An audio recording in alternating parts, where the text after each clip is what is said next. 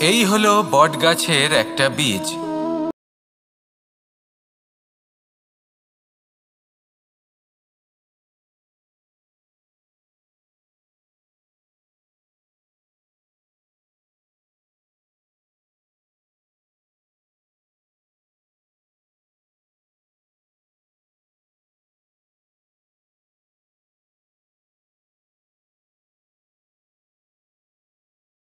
প্রকৃতি। আগে হ্যাঁ, এই সংসারে যা কিছু উৎপন্ন হয়, যা কিছু নষ্ট হয়, তার জন্য প্রকৃতি দায়ী হন।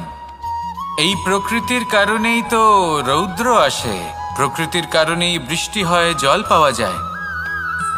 তার কারণেই এই বটের বীজ তা এক বিশাল বটবৃক্ষে পরিণত হবে। কিন্তু একজন মানুষকে দেখুন, মানুষ বলবে এই বৃক্ষে আমার অধিকার রয়েছে। কেন? কারণ আমি এই বীজ বপন করেছি। এবার সমস্ত কাজ প্রকৃতি করবে আর সমস্ত শ্রেয় মানুষ নিয়ে যাবে। এটা কি উচিত? কখনোই নয়। এবার এর উত্তর প্রকৃতিতেই লুকোনো আছে। কখনো কোনো পাখিও এই বীজ রোপণ করে, সেখানে বৃক্ষ উৎপন্ন হয়, তাতে ফল আসে, সেই পাখি সেই ফল খায়, কিন্তু সেখানকার বাকি পাখি এবং প্রাণীদের সেই ফল খেতে বারণ করে না। সেই বৃক্ষের ওপর নিজের অধিকার প্রমাণ করতে চেষ্টা করে না, সবার মধ্যে ভাগ করে দেয়। আর এটাই আমাদেরও করা উচিত। যা প্রকৃতি থেকে আসছে তা আবার প্রকৃতিতেই ফিরে যেতে দিন। এটা অত্যন্ত প্রয়োজনীয়। পাখিদের মতো হতে চেষ্টা করুন, তবেই আপনার এই মন আকাশে উড়তে থাকবে আর সুপ্রসন্ন হয়ে বলবে, রাধা রাধা। দু রকমের প্রাকৃতিক বেগ থাকে। প্রথম হলো বর্ষা। যখন এর বর্ষণ হয় তখন মাটিকে শীতল করে নতুন ফসল ফলায়। আর দ্বিতীয় হয় পবন, যা আমাদের সর্বদা শ্বাসবায়ু প্রদান করে।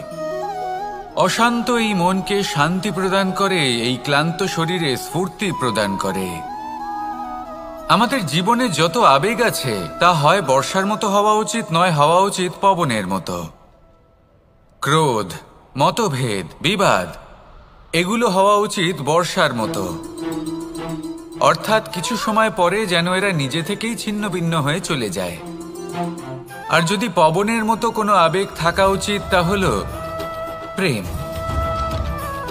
যা সর্বদা শ্বাসবায়ু প্রদান করে, সবসময় সাথে থাকে। একে আমরা অনুভব করতে পারি না, কিন্তু এ আমাদের অনুভব করার জন্য প্রাণবায়ু প্রদান করে। আর যখন চক্রবাতের মতো সে ভয়ঙ্কর হয়ে ওঠে, তখন সমগ্র সংসার বদলে দেয়। এর সারমর্ম একটাই, শক্তি। মতভেদ, ক্রোধ, বিবাদের মধ্যে নেই। শক্তি যদি থাকে তা আছে প্রেমের মধ্যে। তাই এই প্রেমকে মনের মধ্যে রাখুন আর আমার সাথে বলুন, রাধা রাধা। ঘৃণা, প্রেম, রেগে যাওয়া, মান ভাঙানো, ভুলে যাওয়া, এই সকল অনুভূতি মানুষের জীবনে অত্যন্ত গুরুত্বপূর্ণ। মানুষের এই অনুভূতিগুলো না থাকলে মানুষ একটা যন্ত্রের থেকে বেশি আর কিচ্ছু নয়। কিন্তু এই অনুভূতি আপনি ভুল দিকে চালিত করলে এরাও আপনাকে আর মানুষের মতো বাঁচতে দেবে না। যদি ঘৃণার কথা বলেন, যদি আপনি কোনো ব্যক্তিকে ঘৃণা করেন, সেটা কেন? ব্যক্তিকে ঘৃণা করবেন কেন? ঘৃণা করুন তার স্বভাবগুলিকে, সেই স্বভাবগুলিকে যা সেই ব্যক্তিকে অপ্রিয় করে তুলছে। কারণ স্বভাব পাল্টানো যায়। সেইভাবেই রাগ করুন, কিন্তু তাদের কথায়, তাদের ওপরে নয়। কারণ কথা বদলে দেওয়া সম্ভব। ভুলতে হলে ভুলুন তাদের ত্রুটি, তাদের নয়। কারণ ভুল অবশ্যই শুধরে নেওয়া যায়। প্রেম করুন তবে তাদের আত্মার সাথে, তাদের অনুভূতির সাথে, শরীরের সাথে নয়। কারণ শরীর হলো নশ্বর। বলুন, কিন্তু খারাপ ভাবে নয়, ভালোবেসে। রাধা রাধা। মুঠো হাতের শক্তি বেশি, মুঠো খুললেই তা দুর্বল। তা এমন কি থাকা উচিত এই বন্ধ মুঠোয় যা লাখের সমান? মানসিকতা এবং স্বপ্ন। মানুষ জন্মগ্রহণ করে, তার মানসিকতা সময়ের সাথে উন্নত হয়। মানসিকতা অনুযায়ী সে স্বপ্ন দেখে, আর সেই স্বপ্ন সার্থক করতে সে পরিশ্রম করতে থাকে। কিন্তু খুব গুরুত্বপূর্ণ একটা কথা আছে যা আপনার মনে রাখা উচিত।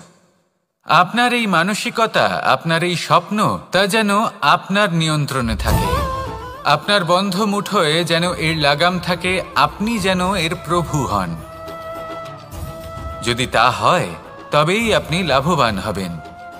যদি এরা আপনাকে নিয়ন্ত্রণ করতে থাকে, যদি আপনার মুঠো খুলে যায়, না পথ আপনার নিয়ন্ত্রণে থাকবে, না মানসিকতা থাকবে, না স্বপ্ন নিয়ন্ত্রণে থাকবে। আর যদি তাই হয় তাহলে আপনি আপনার ভবিষ্যৎ নষ্ট করে ফেলবেন। তাই নিয়ন্ত্রণ করতে শিখুন নিজের বিচার বুদ্ধি, নিজের মানসিকতা, নিজের স্বপ্নকে। নিজের এই স্বপ্ন পূরণ করুন আর আমার সাথে ভালোবেসে বলুন, রাধা রাধা।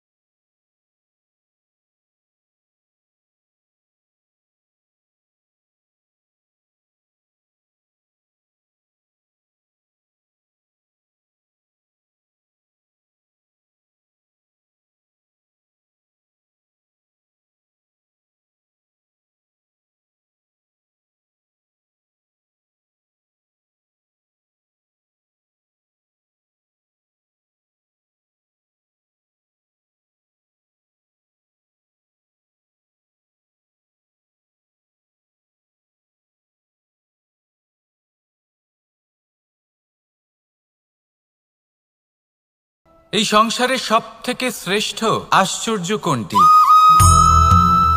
এই প্রশ্ন আমি আপনাকে জিজ্ঞেস করছি।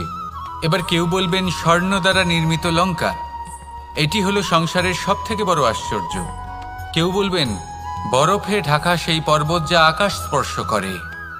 কেউ বলবেন সেই সমুদ্র যার গভীরতা মাপা অসম্ভব ব্যাপার। কেউ বলবেন সেই বায়ু যা আমরা দেখতে পাই না, কিন্তু তা আমাদের জীবন দান করে। সংসারের সব থেকে বড় আশ্চর্য কি, সেই প্রশ্নের উত্তর যুধিষ্ঠির দিয়েছিলেন, আর তা ছিল শ্রেষ্ঠ উত্তর এবং উচিত। উনি বলেছিলেন যে সংসারে প্রতিদিন কোনো ব্যক্তি জন্ম লাভ করেন আর কোনো ব্যক্তি মৃত্যুও লাভ করেন। এবার এই কথাটা সবাই জানেন, সবাই বোঝেন যে যখন জন্মেছি তখন কোনো একদিন আমিও অবশ্যই মৃত্যু লাভ করব। এবার যখন এই কথা প্রত্যেকটা মানুষ জানেন, তখন কেন প্রত্যেক মানুষ এই চিন্তায় থাকেন, এই নিয়ে কষ্ট পান, এই নিয়ে ব্যাকুল হয়ে থাকেন যে উনি একদিন মৃত্যু লাভ করবেন, তার থেকে দূরে পালাতে চেষ্টা করেন? বলেন যে আমি মৃত্যু লাভ করতে চাই না। কেন? যেখানে কোনো না কোনো দিন এটা অবশ্যই হবে। এ হলো ব্রহ্ম সত্য।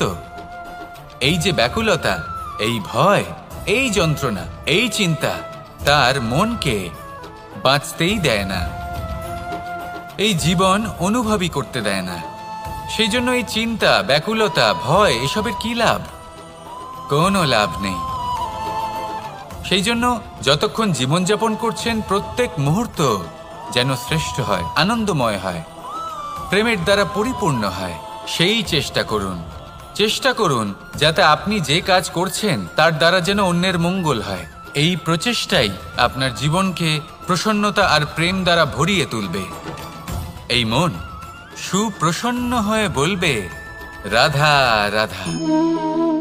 এই পুকুর দেখছেন আপনি? বাচ্চা, বৃদ্ধ, যুবক, যাকেই আমি জিজ্ঞেস করব এটা কি, সবার উত্তর সেই একই হবে।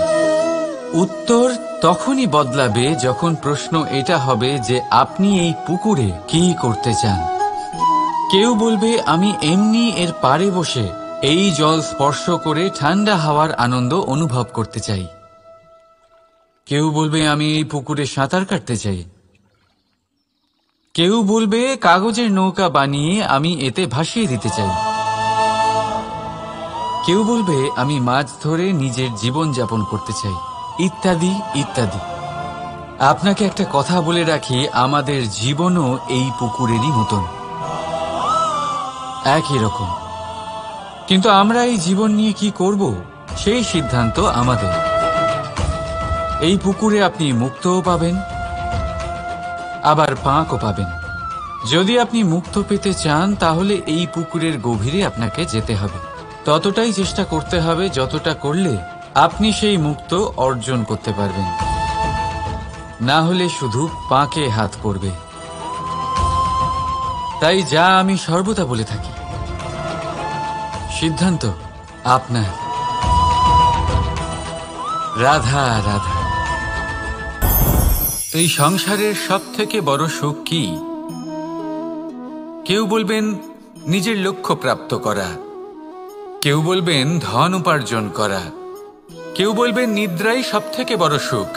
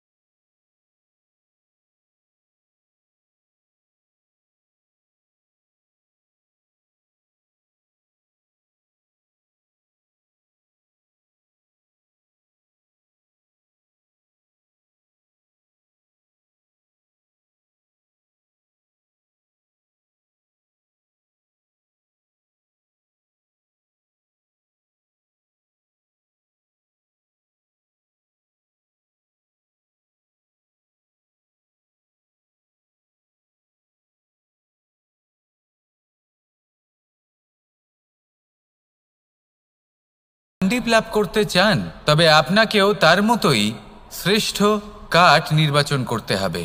সেই কর্ম আপনাকেই করতে হবে। তার প্রত্যঞ্চা যাতে তীব্র হয় তার জন্য আপনাকে সর্বশ্রেষ্ঠ দড়ি খুঁজে বের করতে হবে। আপনার বাণ যাতে ঘাতক হয় সেই জন্য আপনাকে নতুন নতুন ধাতু খুঁজে বের করতে হবে। সেই শিক্ষা আপনাকে লাভ করতে হবে, তবেই আপনার ইচ্ছে পূর্ণ হবে। অর্জুন হওয়া বড়ই সরল যদি আপনি কিভাবে অর্জন করতে হয় তা জানেন। শুধুমাত্র স্বপ্ন দেখেন যারা, তারা কখনোই অর্জন করতে পারবেন না। কিন্তু যদি কেউ অজ্ঞাতবাস ভোগ করতে পারে, যদি কেউ লাক্ষাগৃহ থেকে পালিয়ে বাঁচতে পারে, যদি কেউ কঠোর তপস্যা করতে পারে, প্রতীক্ষা করতে পারে এবং পরিশ্রম করতে পারে, তাহলে সে অর্জুন অবশ্যই হয়ে উঠবে।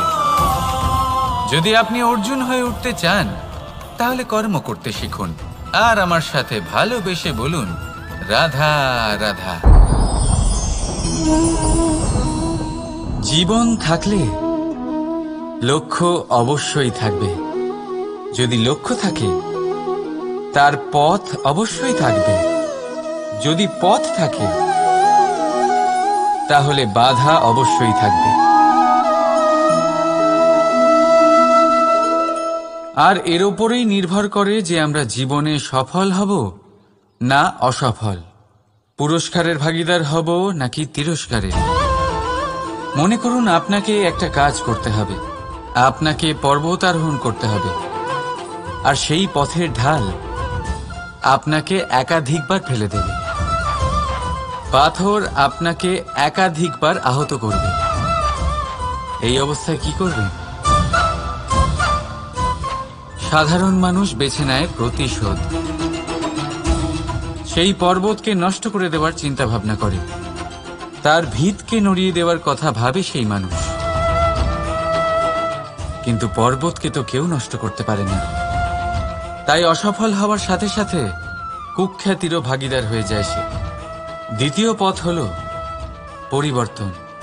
যদি আপনি সেই পর্বত ভাঙার পরিবর্তে তাতে সোপান তৈরি করেন, তাহলে আপনিও সেই পর্বতে উঠতে পারবেন, অন্য কেউও তাতে উঠতে পারবে, আগামী প্রজন্মও তাতে উঠতে পারবে, আর সেই আগামী প্রজন্ম সর্বদা আপনার সুনাম করবে। তাই জীবনে প্রতিশোধ নয়, পরিবর্তন বাছুন। বদলা নয়, বদল বেছে নিন। আপনার বাধা আপনার বন্ধু হয়ে যাবে। রাধা রাধা। সমস্ত মানুষের জীবন কিছুটা সমান হয়। মানুষ জন্মগ্রহণ করে, তারপর চলতে শেখে, জীবনে এগিয়ে চলে, বার্ধক্য লাভ করে, তারপর সমাপ্ত হয়ে যায়। কিন্তু সেই ব্যক্তিরা কারা যারা প্রকৃত অর্থে মনুষ্য জীবন যাপন করেন? এনারা হলেন সেই ব্যক্তি যারা পড়ে গেলেও আবার উঠে দাঁড়ানোর চেষ্টা করেন, নিজের ভেঙে পড়া অস্তিত্বকে আগলে নিয়ে আবার একটা আকার দেওয়ার চেষ্টা করেন, ভগ্ন আশাকে আবার একটা নতুন দিশা দেন। অসফল হওয়ার পরেও থামেন না, আবার এগোতে থাকেন। অসফল হওয়ার পরে যদি আপনি থেমে যান তাহলে সাফল্য আপনার সামনে অপেক্ষা করে, কিন্তু আপনি তা দেখতে পান না। তাই জীবনের সংঘর্ষে অংশগ্রহণ করতে শিখুন। জীবনের সংঘর্ষ থেকে পালাবেন না।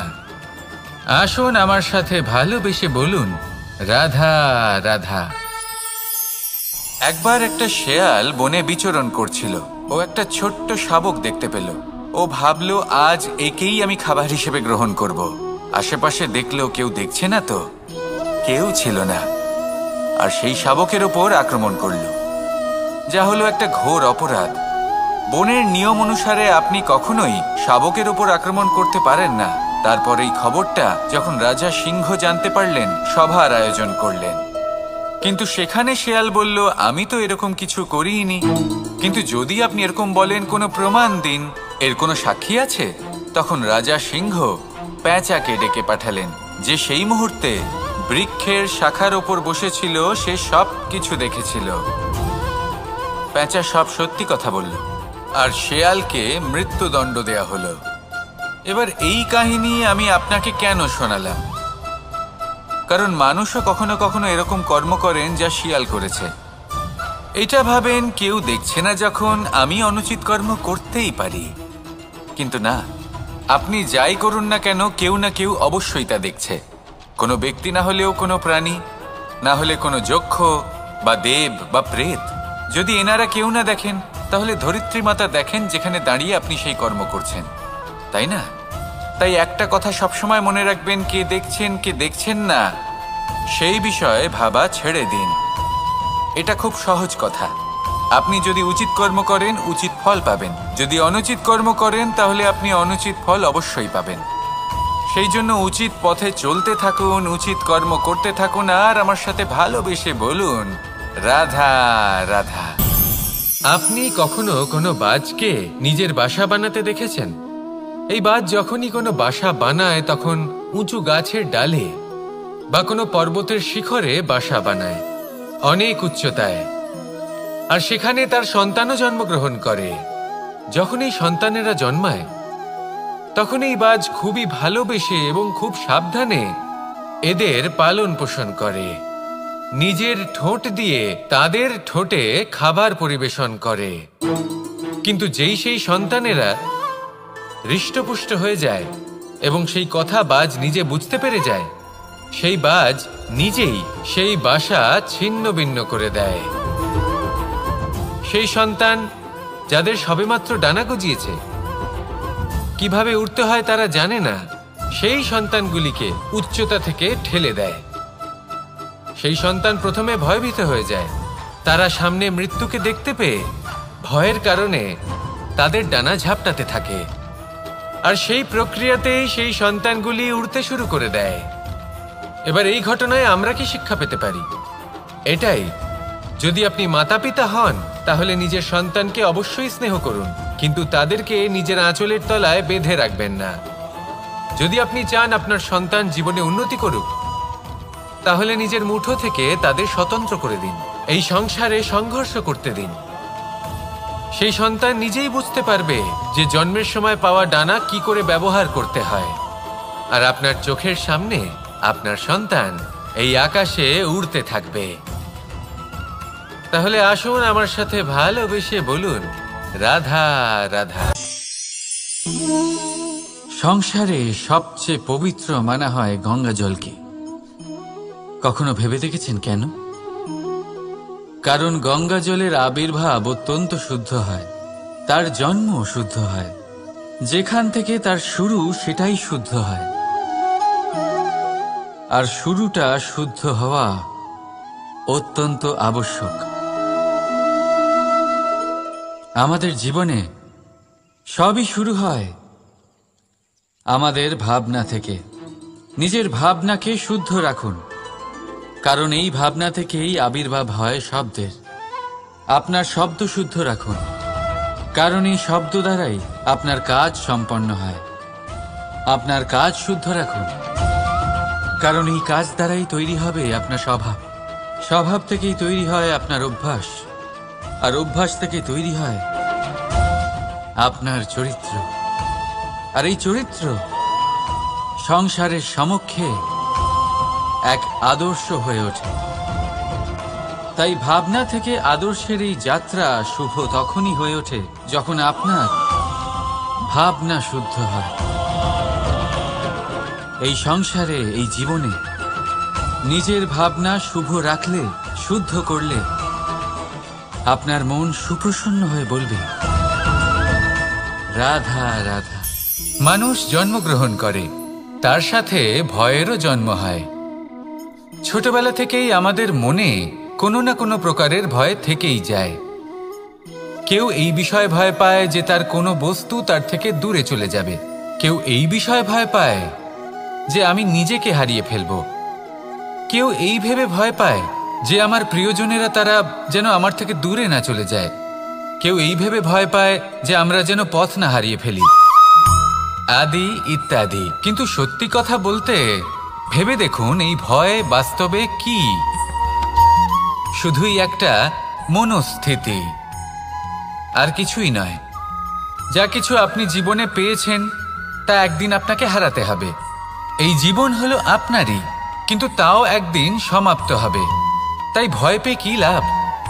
এই ভয় শুধু আপনাকে জীবনযাপন করা থেকে বাধা দিচ্ছে, আর কিচ্ছু নয়। পথ হারিয়ে ফেললেই বুঝতে পারবেন যে নতুন পথ কিভাবে বানাতে হয়।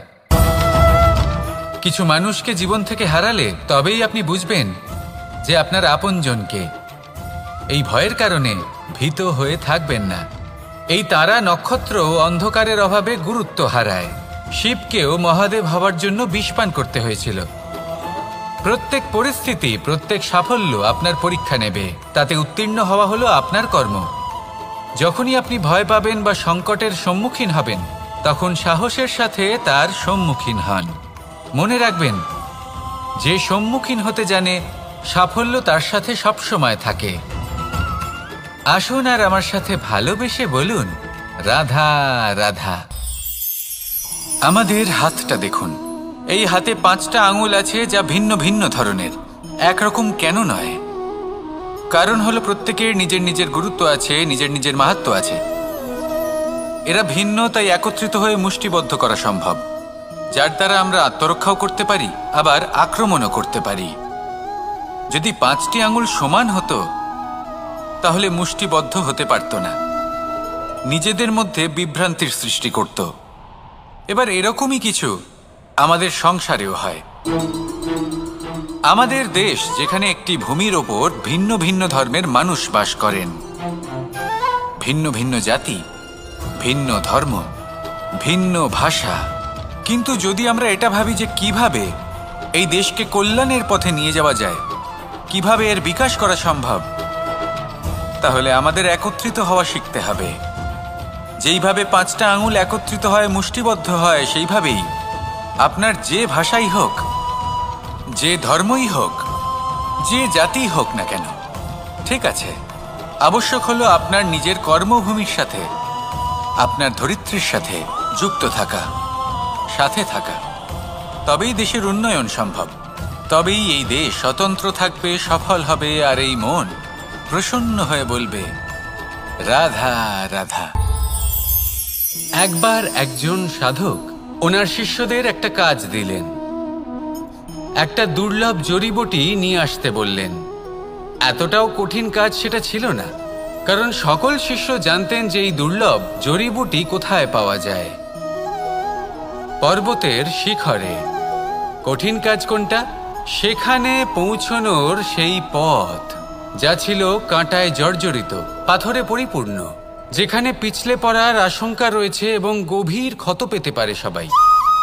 এবার বেশ কয়েকজন শিষ্য গেলেন, তার মধ্যে কয়েকজনই সেই জড়িবুটি নিয়ে আসতে পারলেন। কারণটা কি ছিল? কিছু শিষ্যের মনোযোগ ছিল শুধুমাত্র লক্ষ্যের দিকে, অর্থাৎ পর্বতের সেই শিখরে। কিছু শিষ্যের মনোযোগ ছিল পথের এই সংকটগুলির ওপর। কিছুজন নিজের সমস্ত মনোযোগ, সমস্ত শক্তি কেন্দ্রীভূত করলেন শুধুমাত্র লক্ষ্যের দিকে। বাকিরা মনোনিবেশ করলেন এই সংকটের থেকে নিজেকে বাঁচাতে। কিন্তু যাদের মনোযোগ শুধু লক্ষ্যের দিকে ছিল, শুধু তারাই জড়িবুটি নিয়ে আসতে পারলেন। কারণ কি ছিল? একটা সহজ ব্যাপার যা আমাদের বুঝতে হবে। আমরা যদি লক্ষ্যে পৌঁছতে চাই, তাহলে বিপদের সম্মুখীন তো আমাদের হতেই হবে, আর কোনো বিকল্প নেই। যন্ত্রণাও হবে, পায়ে কাঁটাও হয়তো ফুটতে পারে, হয়তো পড়েও যেতে পারেন, হয়তো রক্তপাতও হতে পারে। কিন্তু তার সাথেই সাফল্য অর্জনের যে আনন্দ, সেটাও পাওয়া যায়। সেই জন্য নিজের মনোযোগ সবসময় লক্ষ্যের দিকে রাখুন, পথের সেই বিপদগুলির দিকে নয়। সত্যি কথা বলতে, এই বিপদ এটা কিছুক্ষণের, আজ আছে কাল নাও থাকতে পারে। কিন্তু যদি লক্ষ্যকে প্রাপ্ত করতে পারেন, তাহলে তার আনন্দ আপনার সাথে সারা জীবন রয়ে যাবে। তাহলে লক্ষ্য প্রাপ্ত করুন আর আমার সাথে ভালোবেসে বলুন, রাধা রাধা।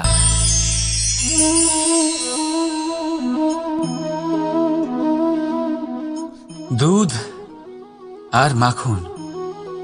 যদি আমি আপনাকে জিজ্ঞেস করি এই দুইয়ের মধ্যে সম্পর্ক কি, আপনি বলবেন এ তো সহজ ব্যাপার, দুধ থেকেই তো মাখন তৈরি করা হয়।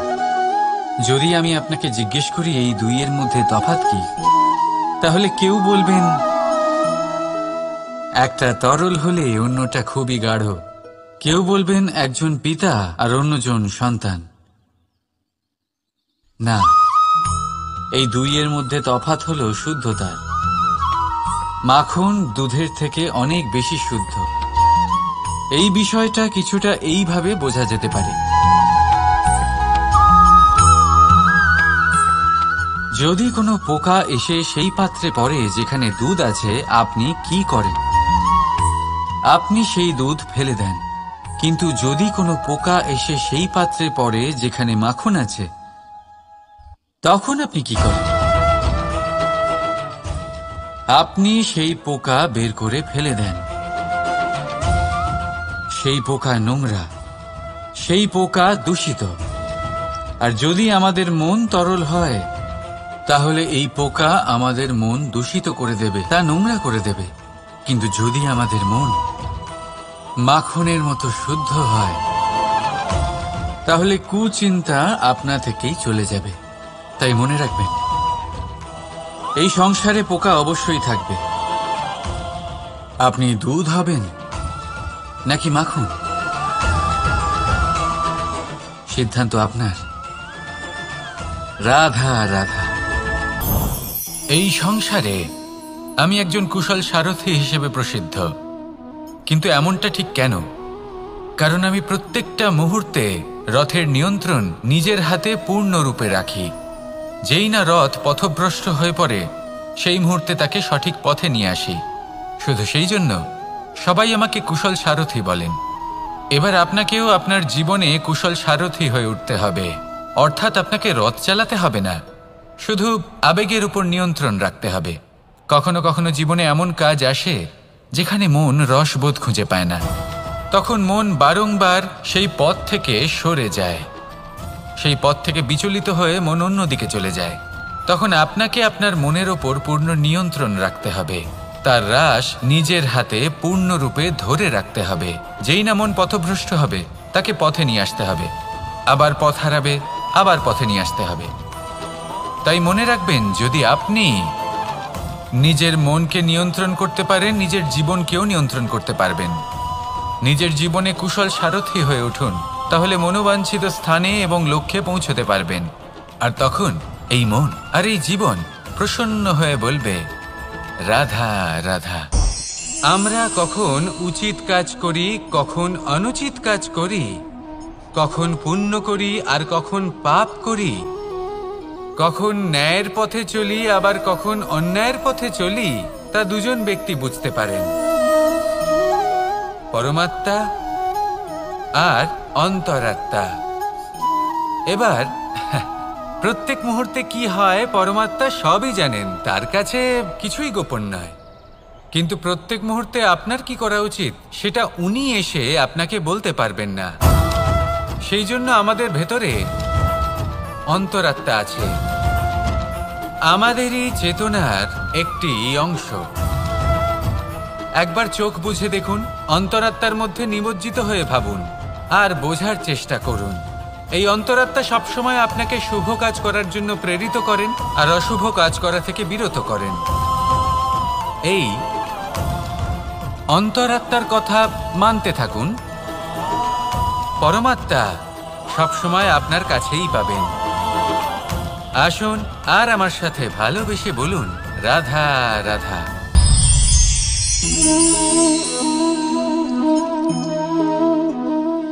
আপনি জীবনে কখনো না কখনো কোনো বৃক্ষকে জল অবশ্যই দিয়েছেন।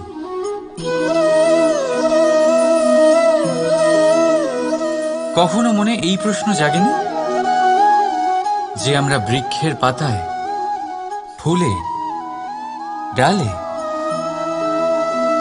সেগুলোকে তো আমরা কখনো জল দিই না, তাও তাদের কাছে জল কি করে পৌঁছয়? তাও কিভাবে তারা জীবিত থাকে? আপনি বলবেন, এ তো সহজ ব্যাপার, এই কেমন প্রশ্ন করছেন আপনি? গোড়ায় জল দিলে তা বৃক্ষের প্রতি অংশে অবশ্যই পৌঁছবে, তাই না? ঠিক এমনটাই হয় আমাদের কর্ম, আমাদের প্রেম। যদি স্বচ্ছ মনে কর্ম করেন, সেবা করেন, তাহলে কোনো না কোনোভাবে তা পরমেশ্বরের কাছে অবশ্যই পৌঁছবে। অন্তরাত্মা থেকে প্রেম করলে সর্বদাই তা উপচে পড়বে, আর তার দ্বিগুণ অবশ্যই ফেরত আসবে, এই বৃক্ষের ছায়ার মতন। তাই মন আর আত্মা দিয়ে কাজ করুন, মন আর আত্মা থেকে প্রেম করুন, আনন্দই আনন্দ পাবেন। রাধা রাধা। যজ্ঞের আগুনকে শুভ বলে মনে করা হয়, আর সেখানেই চিতার আগুনকে অশুভ মনে করা হয়। এমনটা কেন হয়? এখানে বিষয়টা হলো লক্ষ্য, বিচার এবং সঙ্গের। যখন আমরা যজ্ঞ করি তখন আমাদের লক্ষ্য কি হয়? পরিবেশকে আরো পবিত্র করে তোলা, ইতিবাচক করে তোলা। আমাদের লক্ষ্য শুভ হয়। তারপরে আসে বিচার। এই পরিস্থিতিতে সেই বিচার হলো অগ্নি। স্ফুলিঙ্গ থেকে তীব্র আকার ধারণ করে সমস্ত কাঠকে পুড়িয়ে দেয় এবং সুগন্ধ ছড়িয়ে দেয়। অর্থাৎ যদি আপনার লক্ষ্য শুভ হয় তাহলে তা নিজেই শুভ বিচারধারাকে আমন্ত্রণ জানায়। এই শুভ বিচার তখনই আসবে যখন আপনার সংকল্প শুভ হবে। অন্যদিকে হলো চিতার আগুন। এর লক্ষ্য কি? একটা দেহকে পরধামে পৌঁছে দেওয়া। সবার শেষে সবকিছু আপনার উপরে নির্ভরশীল যে আপনি কোনটা চয়ন করতে চান। আপনার লক্ষ্য যদি শুভ হয় তাহলে আপনার বিচার এবং সঙ্গতি আর তার পরিণাম সবই শুভ হবে। আসুন আর আমার সাথে ভালোবেসে বলুন, রাধা রাধা। এমন কিছু রয়েছে মানুষের মনে, তাদের জীবনে, এমন এক আবেগ যা সর্বজন বিদিত, যা সবাই জানেন যে উপস্থিত আছে। সেটাকে আমরা সমস্যা বলে থাকি। এমনিতে আমরা সকলেই জানি যে এমন কোনো গৃহ নেই যেখানে মৃত্যুর ছায়া পড়েনি, এমন কোনো বৃক্ষ নেই যার দ্বারা ওষুধ তৈরি সম্ভব নয়, এমন কোনো অন্ন নেই যা সময়ের সাথে বিষ বা অমৃতে পরিণত হতে পারে। এবার এই সমস্যাগুলি কোনো ব্যক্তির জন্য সমস্যা হতে পারে, কিন্তু নিজে থেকে এরা কোনো সমস্যাই নয়। এরা আসে আমাদের সাহায্য করতে, আমাদের কিছু শেখাতে। আপনি নিজেই দেখুন, পর্বতের শিখর থেকে কোনো এক পাখি পড়ে গিয়ে নিজের প্রাণ ত্যাগ করলো। সেটা কখন সম্ভব? যখন সেই পাখি ওড়ার চেষ্টাই করে না। তখন যখন কোনো ব্যক্তি জলে পড়ে যান এবং ডুবে গিয়ে নিজের প্রাণ হারান, এর সম্ভাবনা কখন বেশি থাকে? যখন সেই ব্যক্তি সাঁতার কাটার চেষ্টাই করেন না। তখন এই সমস্যা প্রত্যেকের জীবনে থাকবেই, কিন্তু এটা মনে রাখা প্রয়োজনীয় যে কোনো সমস্যা পরিস্থিতির কারণে সমস্যা হয়ে ওঠে না। এই পরিস্থিতি যখন আমাদের সামনে আসে আমাদের তা কঠিন মনে হয়, আমরা নতমস্তক হয়ে পড়ি, ভয়ভীত হয়ে পড়ি, তার সম্মুখীন হতে পারি না। তখন তা সমস্যার রূপ নেয়। দৃঢ় হয়ে দাঁড়িয়ে থাকুন সাহসের সাথে, এই পরিস্থিতিগুলির সম্মুখীন হন। দেখবেন সমস্যা কখন সাফল্যে পরিণত হবে আপনি জানতেই পারবেন না। আসুন আমার সাথে ভালোবেসে বলুন, রাধা রাধা। এটা কে না চেনে? এটা হলো রুটি। এটাই সেই কারণ যার জন্য মানুষ দিন রাত কঠোর পরিশ্রম করতে থাকে। দেখতে গেলে এই রুটি যদি এমনি পাওয়া যেত তাহলে মানুষ হয়তো কোনো কাজই করত না, কোনো কষ্টই করত না, জীবনে কোনো পরিশ্রমই করত না।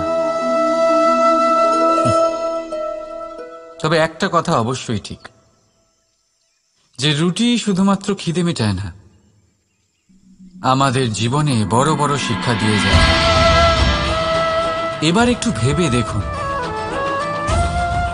রুটি আপনার তখনই সুস্বাদু লাগবে, এই রুটি আপনার স্বাস্থ্যের জন্য ভালো তখনই হবে যখন এটা দুদিক থেকেই ভালো করে সেঁকা হবে, তাই না? আমাদের জীবনে সম্পর্কও কিছুটা এরকমই হয়। যদি দুপক্ষ দ্বারাই ভালো করে পালন করা হয় তবেই আপনি আনন্দ পাবেন। তাই শুধু পাওয়ার জন্যই ব্যাকুল হয়ে উঠবেন না, ফেরত দেওয়াতেও বিশ্বাস রাখুন।